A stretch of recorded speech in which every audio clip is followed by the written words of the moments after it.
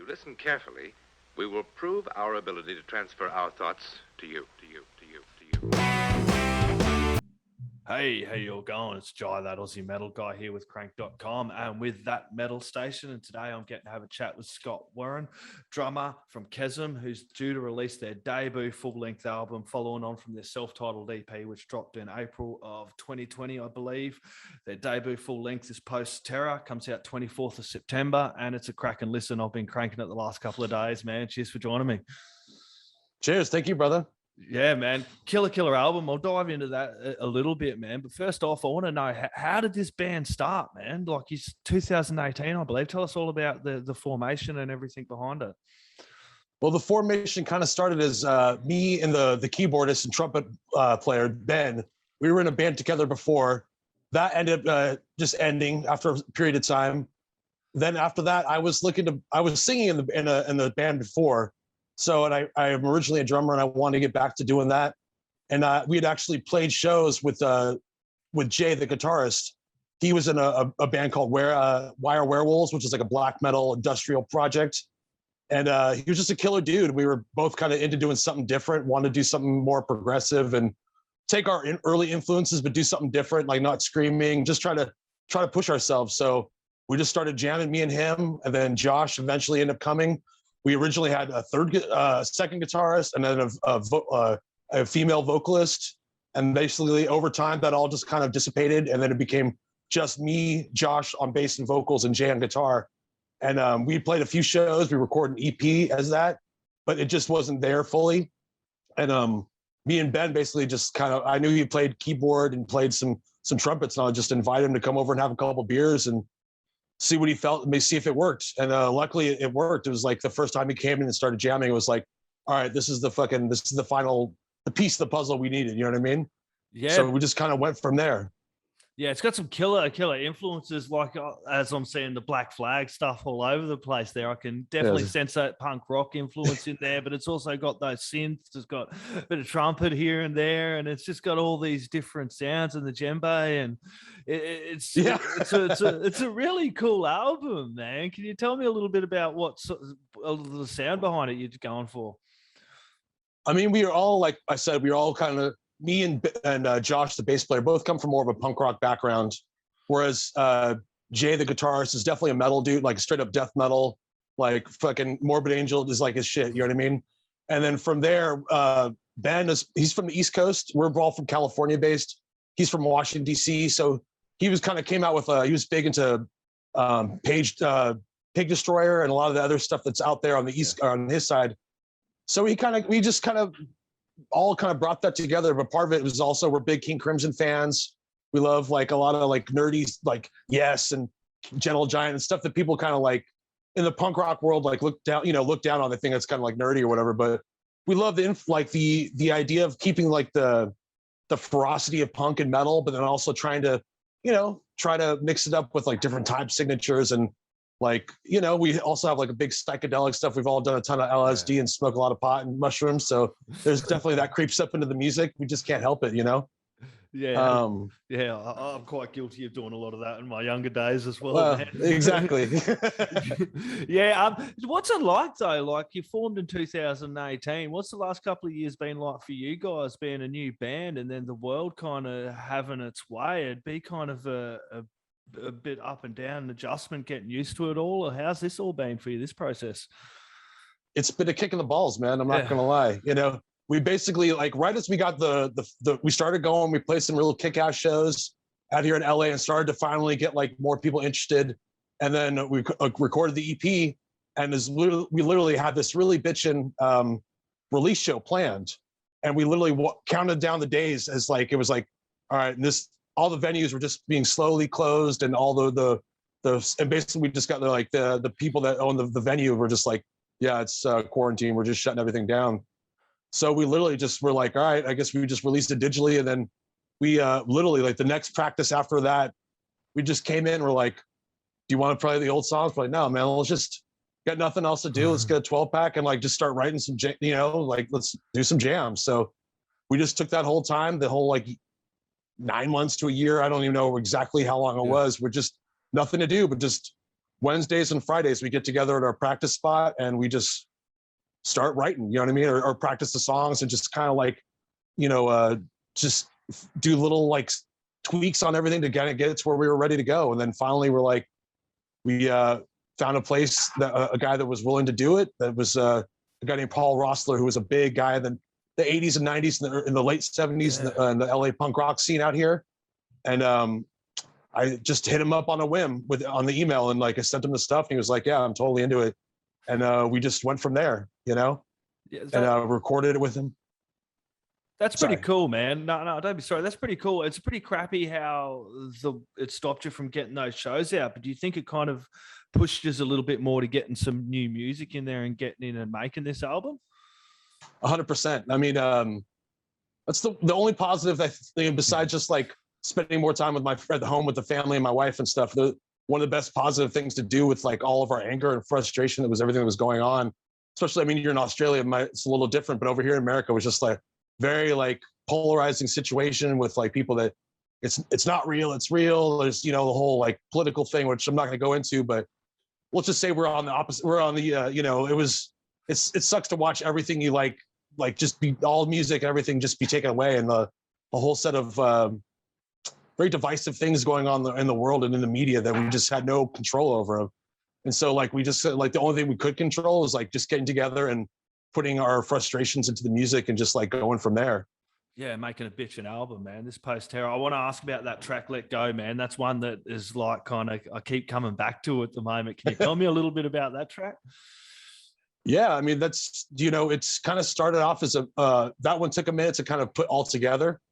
It was a different phases. It went into started me off like a more of a Black Flag kind of like intro into like punk. And then we kind of like, let's put a little bit of Motorhead right here. And then, but it kind of went into like, it just gets tripped out, you know what I mean? And it's just like the trumpets come in, we put a little like free jazz, like, Miles Davis spin on it. It was just kind of like, it was kind of nutty. It's just definitely, let's do something different than we've done before. And let's try to like, I don't know, be weird. You know what I mean?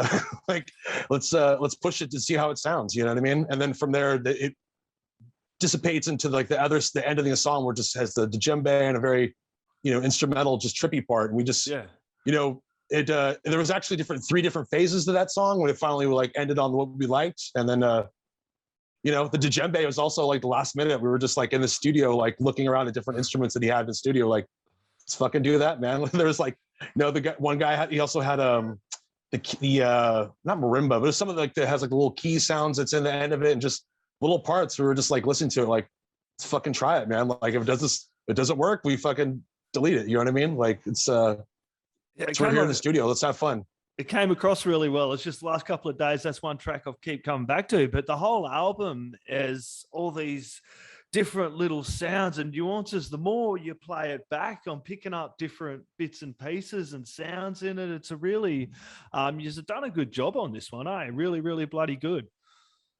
Killer, man. Thank you very much. I'm glad you, that's kind of what we're hoping for. Just one of those, like, it's repeat listens. You kind of notice more and more things here and there and just try to craft songs that like, just not the same old like blast beat, D beat, breakdown, like just let's do something fucking different. You know what I mean? Yeah. Not there's anything wrong with that shit too, but No, there's nothing wrong with it, but it's always good when you get an album like this. And like, I love listening to new music and coming across new bands and hearing new stuff and then putting that album in and listening to whole albums, getting away from the streaming cycles, have an album and just listen to it from start to bloody finish, go back to the start, come back, and each time on a different listen, you're picking up different things, and it's almost a different emotional feeling connected to the music as the more you play it. Exactly. I mean, that's how it was back in the day, man. When you'd get an album and you just played it to death until because that was the records you got. You know what I mean? Yeah, that's the idea we're trying to go with.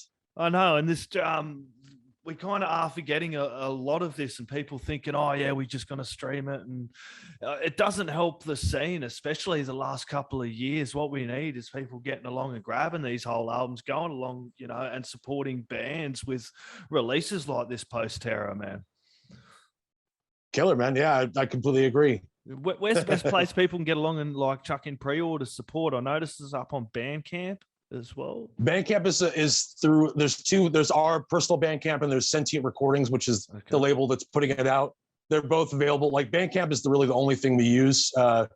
There's obviously our social media stuff, but Bandcamp is the real way to go. That's directly through us. We're still, unfortunately, there's two different. Record Store Day has really pushed back. Like the major labels have figured out that vinyl is a big seller now, so they've really flooded the market with.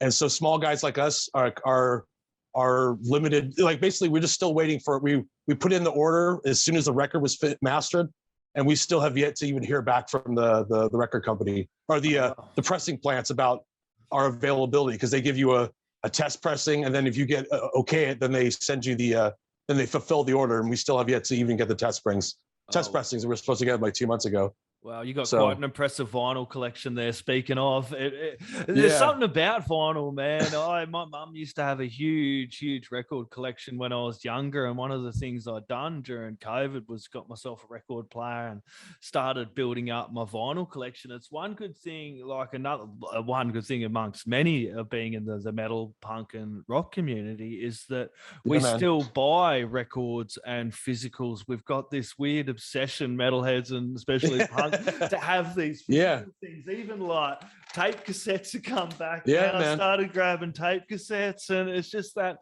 old medium too. When you'd listen to that vinyl, you'd be locked in with that album, and you wouldn't just shut down your brain where you put on some music sometimes through your computer or whatever you're listening to it, and you kind of just zone out. With a vinyl, you're connected to it. I've had this conversation before with a couple of musicians. You're still connected to that album. You've got to flip that over to the other side, and it's just this relationship between the artist and the listener as well. 100%. I mean, you have the lyrics right there. You have all the art. You have all the stuff that like really makes it like worth your time. You know what I mean? It's just like it's that old school, like, you didn't have anything else. You put on the record and you looked at it and you read, really got into the art and the pictures, and you kind of thought about, I wonder what this dude's like. He looks kind of cool, or what, look at the band photos, and that's how we found out pre-internet. You know what I mean? Like, I don't know how old you are. Yeah, exactly. You looked at I remember looking at the guys' band T-shirts and be like, okay, if I like this band, I wonder what this band's gonna sound like. And then you looked at the thank yous and saw this band seems cool, so you go checked it out. You know what I mean? That's how we did it. That's how I done it too, man. I'm 41. I was the exact same, mate. That was exactly. You know what I'm saying? Thing. Yeah, exactly. Or I'd sit up late at night and you'd catch the music shows, or where they'd play punk and metal would be late at night on this show called Rage. So you'd have to sit up there with your VHS, quickly chuck in your VHS, press record, get the couple of good tracks, and then you'd be away. Or you grab your mum and dad's tape cassette and whacked a little bit of tape over the end of it and put it in the cassette player. Exactly. Yeah. You knew that's the trick. So you had to go through back in the day to get music, I know we've got it pretty good, and there's so much great music out there. Like it does kind of do my goat in a bit when people are going, oh, rock's dead, metal's dead, punk's dead. There's so many great bands, especially like yourselves and all these bands coming through now that just have an amazing sound that people aren't really giving the time to listen to. They're still stuck on their Black Sabbath from 20 years ago. Nothing wrong with it. But, get it out of your tape cassette, listen to some bloody new music. Yeah. When people say that there's nothing new, that just means you're not looking. Because I can guarantee you just got to take a 5 minutes to look through the internet and see how many new bands are coming out with material left and right throughout the world.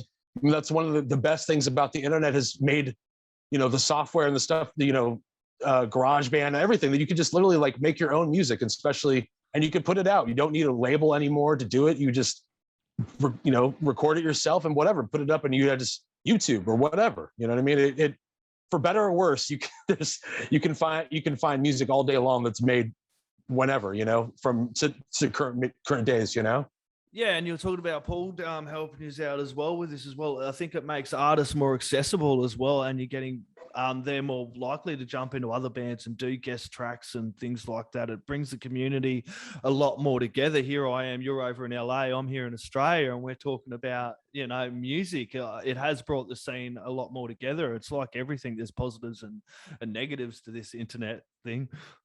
Yeah, exactly. Unfortunately, it gives some musicians, access to the internet to put their music out even when they don't deserve it, Yeah, exactly. We were talking about live music before, and I do want to touch on that again.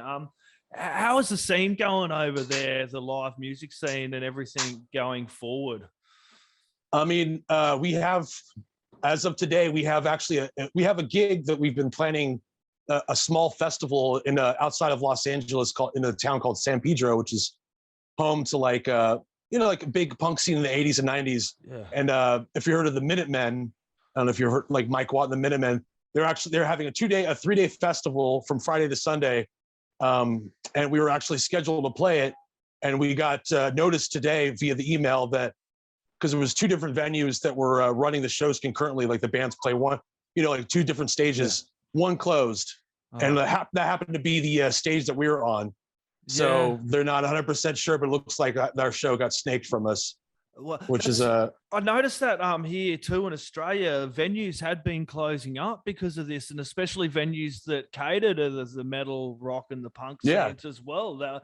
And these venues, it's hard because they're not going to open up again. It kind of shits me a bit because, I'm not getting political. It's government support for the arts industry and the entertainment industry. It kind of seems like it was the story of all over the world with all these different governments that underappreciated the arts sector. It was the one thing that has been getting this world through everything we've got going on, fucking be it music, movies, fucking paint, whatever, it's one thing that has got us through this. And it's the one thing that has been neglected by the governments and the people that be. It's sad when I see venues like that close up. Yeah, man. I mean, it's the same kind of thing out here in the States with like, schools. It's the first thing that always gets cut is the music and the art. Yeah. It's like, that's like, oh, we don't need that. That's not, whatever. But what do you turn to when you need to like, get your mind off of, to settle yourself? It's, at least for myself, I know it's like music is first. And then when I really want to shut my brain off, I look at TV or whatever, or whatever, but that's, but you're 100% right. It's, and the sad thing is for punk or metal, underground music in general, it's the smaller venues that host that kind of stuff. And it's also the first ones that are gone.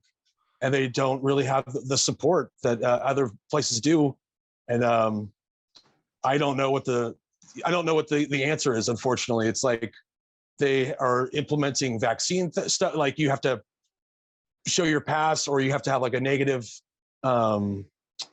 test result, or like whatever. But then sometimes people are down with that, and sometimes not. And like the rules change. So I mean, like we really everyone's like rushing to like even. There's Psycho Vegas, which is coming up next month or in August. And it's like Emperor, every band that you really want, at least I wanted to see, they're like Emperor and fucking like all the European bands they're not allowed to come to the States. So it's like, it's just a bunch, it's just, sorry. Well, I can't see international bands coming this year to any country at the moment. I think 2022, maybe I think it's getting overly, eager to be booking these international bands to any country. It's like, but that 100%. gives everyone time to support their local scene and the underground scene, as you're saying. Like, get along and check out Kesem, get along and check out that Post-Terra album, check out that underground band that you haven't had the chance to do. Go buy some albums off them and really support the local scenes in each country as we go forward, because we all bloody well need it as we're pushing forward, 100%, man.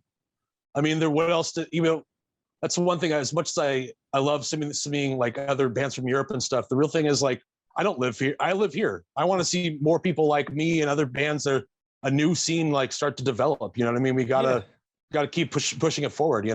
And there's nothing wrong with that at the moment. The year we've had, there's nothing wrong with, I'm going to go buy an album from an international band. But for the scene here, that we should all be getting along and supporting our local scene, like Aussie people getting along and supporting Aussie bands while they're putting on shows in the underground scene. And they may be small. We've got a lot of restrictions here in Australia, being how many people, and I'm sure it's the way over there. But if you do have shows coming up, get along and support that band. Go to that show. Do what you got to do. If you got to put a fucking mask on to go see a show, who gives a fuck, mate? You know what I mean? Yeah. Just get along and support the scene. The bands bloody need it.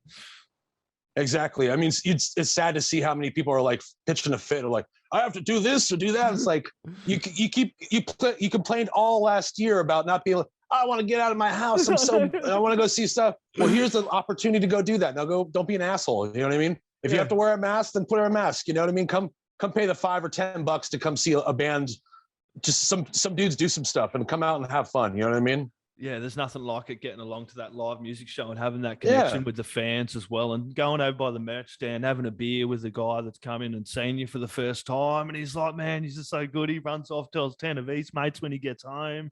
You know, exactly. It's something you can't just fuck with a live music scene. It's just something about it, especially the underground music scene. I love getting along and seeing these big bands, but the underground music scene, I've had the best times getting along to these shows and meeting the bands and having the connection with the people. It's just, you can't get that with these really big bands where you're seeing someone from 500 bloody yards away and you got to pay $70 for a t-shirt or something 100%. Like that, you know.